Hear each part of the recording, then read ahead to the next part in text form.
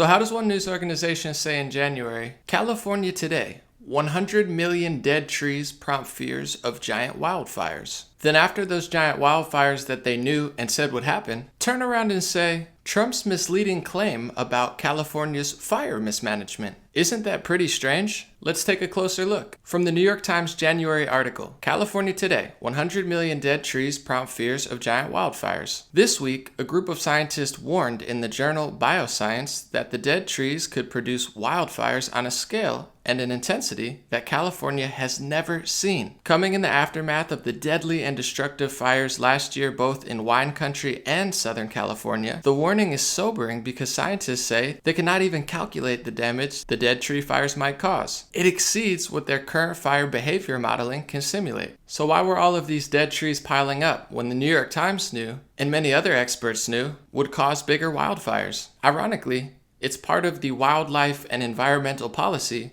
to stop logging and to stop getting rid of these dead trees. It wasn't always like that in California. It's something that they did recently. That's why they wrote this New York Times article in January warning what would happen. So this same news organization has the audacity to put out an article in November 12, 2018, Trump's misleading claims about California's fire mismanagement. Why would they say that? This is misleading. Mr. Trump is suggesting that forest management played a role, but California's current wildfires aren't forest fires. So this writer says Trump is wrong because they aren't forest fires. What's strange is this same exact writer, just 3 days prior, in the same exact publication, the New York Times, wrote an article saying, why does California have so many wildfires? There's another way people have contributed to wildfires, in their choices of where to live. People are increasingly moving into areas near forests known as the urban wildland interface that are inclined to burn. So this same writer says Trump is wrong because it wasn't forest fires, and then writes in her own article 3 days prior that there's more fires because people are living near forests. So people moving near forests is increasing wildfires, but the forest has nothing to do with it and they're not forest fires. How brainwashed do you have to be to believe someone that doesn't even believe themselves? 3 days prior, she went on to write that Trump was wrong because fires are getting more unpredictable. Okay. Researchers are attributing at least part of the difference to climate change, because in a warming world, vegetation dries out faster and burns more easily. This is how sick and disturbing some of these politicians and news outlets are. They will tell you that it's their own policies that are leaving 100 million dead trees that they know will start bigger wildfires. Then they'll lie about that same thing that they just told you. They'll lie about what they said 3 days earlier. Enter the United States without our permission are illegal aliens, and illegal aliens should not be treated the same as people who entered the U.S. legally. And because we live in an age where terrorists are challenging our borders,